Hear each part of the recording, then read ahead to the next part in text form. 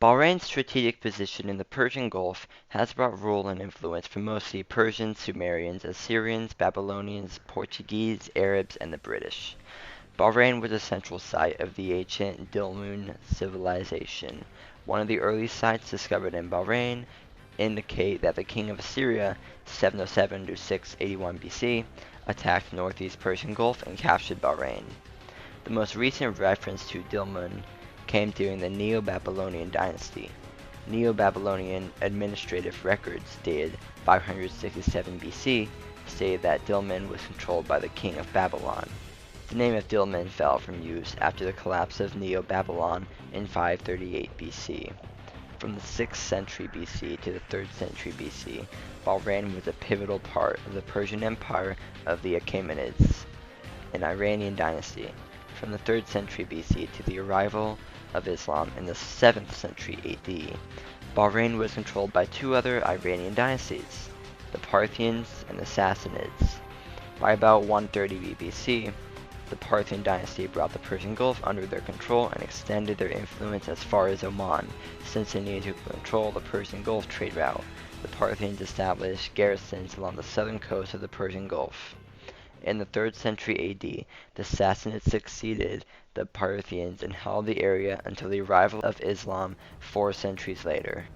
Alexander the Great defeated the Persians and visited the island of Bahrain/Tylos, but didn't conquer it as far as I can tell.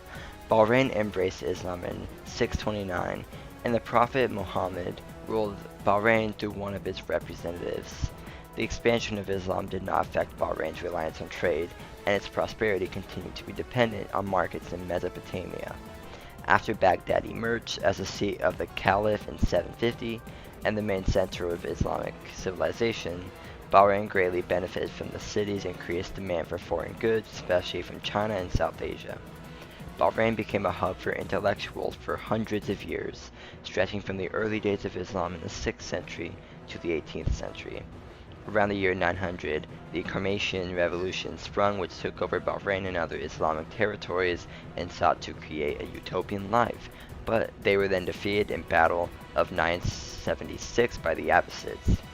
In 1067 to 1077, Bahrain was sieged from the Carmatians in Bahrain with the military assistance of the Seljuk Empire by the Umayyad dynasty, which ruled Bahrain for 163 years. Historians don't know whether they were Shia or Sunni Muslims. Then, Bahrain was just a piece of land the dynasties took and lost fairly quickly, like the Yusufid and the Jabrid dynasties, which don't have much of an impact on Bahrain. Now, to colonialism. Portuguese expansion into the Indian Ocean in the early 16th century followed Vasco da Gama's voyages of exploration in which the Portuguese battled the Ottomans up the coast of the Persian Gulf. The Portuguese, drawn in by the lucrative trade routes of the Gulf, sought control of the strategic Ormuz region before setting its sights at Bahrain. They ruled the island by indirect rule, and there were several revolts and protests, one of which resulted in temporary independence in 1534.